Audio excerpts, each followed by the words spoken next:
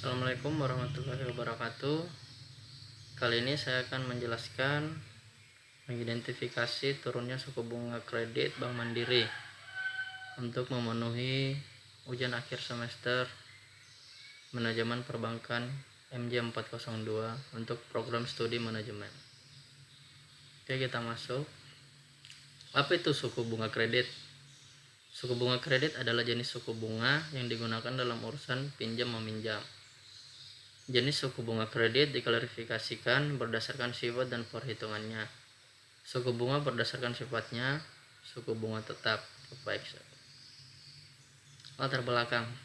Direktur Utama Bank Mandiri atau BMRI, Darmawan Junaidi, mengatakan penurunan suku bunga dirasakan oleh pengajuan kredit baru. Bisnis.com, Jakarta. PT Bank Mandiri, Persero Tbk atau BMRI telah menurunkan suku bunga kredit sejak Bank Indonesia melakukan penyesuaian suku bunga acuan. Direktur Utama Bank Mandiri, Darmawan Junaidi, mengatakan pada akhir 2020, secara agregat suku bunga kredit sebesar 7,17%. Adapun saat ini sekitar 6,7%. Sebagian besar pricing itu adalah suku bunga acuan ditambah dengan margin. Jadi, kalau belum jatuh tempo, belum ada penyesuaian, kata Darmawan di Jakarta, Rabu 30 Maret 2022. Penurunan BPS. Bank Indonesia memandang peran perbankan dalam penyaluran kredit atau pembiayaan termasuk melalui penurunan suku bunga kredit dapat ditingkatkan guna semakin mendorong pemulihan ekonomi nasional.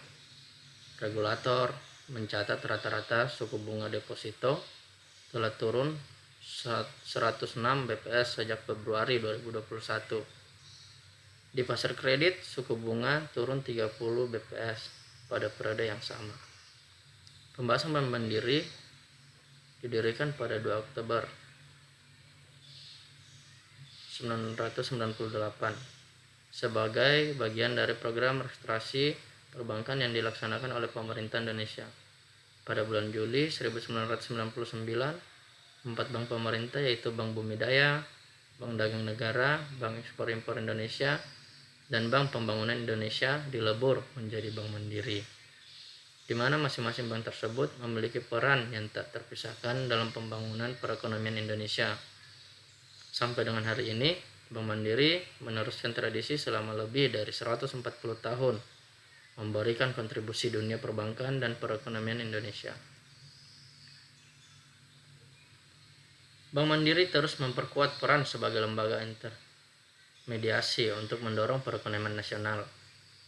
Hal itu ditunjukkan dengan pertumbuhan kredit sebesar 12,2% pada akhir 2014 menjadi 530 triliun dari 472,4 triliun pada periode yang sama tahun sebelumnya, dengan rasio NPL terjaga di level 2,15%.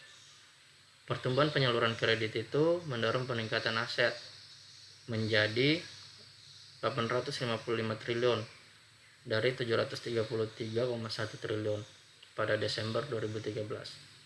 Sedangkan laba bersih pada 2014 tercatat tumbuh 9,2% menjadi 19,9 triliun atau naik 1,7 triliun jika dibandingkan akhir 2013 sebesar 18,2 triliun. Selain pertumbuhan kredit, laju kenaikan laba bersih juga ditopang oleh pertumbuhan fee-based income yang mencapai 15,06 triliun pada tahun 2014. Laju kenaikan laba juga ditopang pertumbuhan bunga bersih sebesar 15,7% menjadi 39,1 triliun dan kenaikan fee-based income sebesar 3,9% sehingga mencapai 15,06 triliun. Dari capaian laba tersebut, kontribusi anak perusahaan mencapai 9,1% atau sebesar 1,81 triliun. Sebagai implementasi fungsi intermediasi dalam mendukung perekonomian nasional, Bank Mandiri juga harus memacu pembiayaan ke sektor produktif. Hasilnya, pada akhir 2014 kredit ke sektor produktif tumbuh 13,9% mencapai 410,6 triliun, di mana kredit investasi tumbuh 9,1 dan kredit modal kerja tumbuh 16,7%. Dilihat dari segmentasi, kenaikan penurunan kredit terjadi di seluruh bisnis, dengan pertumbuhan tertinggi pada segmen mikro yang mencapai 33,2%, menjadi 36 triliun pada Desember 2014. Sementara itu, kredit tersalurkan untuk segmen usaha mikro, kecil dan menengah UMKM mencatat pertumbuhan sebesar 13,6% menjadi 73,4 triliun.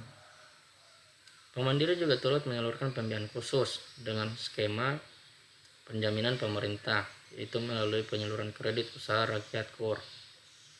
Hingga akhir 2014, jumlah nasabah KUR Bank Mandiri meningkat 34%, mencapai 396.000 nasabah.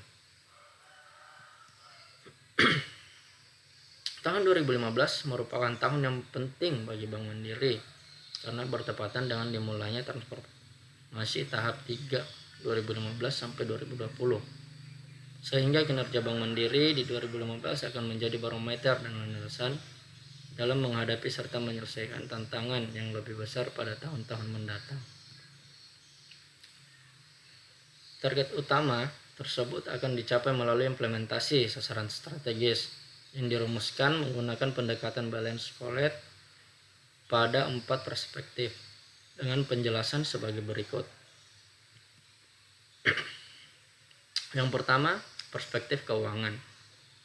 Meningkatkan company value dengan target pertumbuhan nilai market cap terbesar di antara pesaing utama.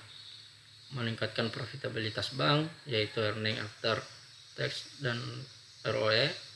Meningkatkan market share kredit dan dana murah dengan target market share kredit mencapai 12,9% dan market share dana mencapai 13,8%. Meningkatkan kualitas aktiva produktif dengan menjaga nilai NPL gross maksimal sebesar 2,08%. Mengembangkan transaksional banking untuk mencapai pertumbuhan fee-based income warehouse dan retail. Yang kedua yaitu perspektif pelanggan. Poinnya meningkatkan ekspansi kredit dengan fokus kredit retail sehingga komposisi kredit retail meningkat. Meningkatkan penghimpunan dana murah melalui retail payment untuk meningkatkan porsi dana murah. Yang ketiga yaitu perspektif bisnis internal. Memperkuat implementasi good corporate governance, meningkatkan kepuasan nasabah melalui peningkatan layanan cabang dan channel Bank Mandiri. Terus selanjutnya perspektif pengembangan. Meningkatkan inovasi dan pengembangan aliansi atau sinergi dengan fokus pada implementasi inisiatif strategis corporate plan dan peningkatan income faktor pegawai. Selain itu, Bank Mandiri juga akan memfokuskan perhatian pada area-area lain yang menjadi enabler pencapaian target 2015, yaitu pengembangan SDM dan implementasi kultur, corporate governance, informasi teknologi, dan risk management. Faktor yang mempengaruhi, ada 2 suku bunga KPR yang digunakan, yaitu flat dan floating. Masing-masingnya memiliki cara perhitungan bunga yang berbeda. Bunga flat dan suku bunga tetap yang ditawarkan untuk jangka waktu sesuai ketentuan. Contoh jangka tenor 2 tahun dikenakan bunga sebesar 6,75%. Di sisi lain, bunga floating adalah bunga yang ditawarkan mengikuti pergerakan suku bunga acuan dari Bank Indonesia. Faktor penentu suku bunga KPR floating berdasarkan Bank Indonesia. Ada beberapa faktor penentunya, yaitu kebutuhan dana menentukan suku bunga KPR, target laba, jaminan kualitas, kebijakan pemerintah, jangka waktu menentukan suku bunga KPR, reputasi perusahaan yang berbeda, hubungan baik dengan perbankan, jaminan pihak ketiga menentukan suku bunga KPR, kompetisi, produk kompetitif. Mungkin itu saja dari saya. Nama saya Helman, kelas MJ 402, program studi manajemen. Oke, terima kasih. Assalamualaikum warahmatullahi wabarakatuh.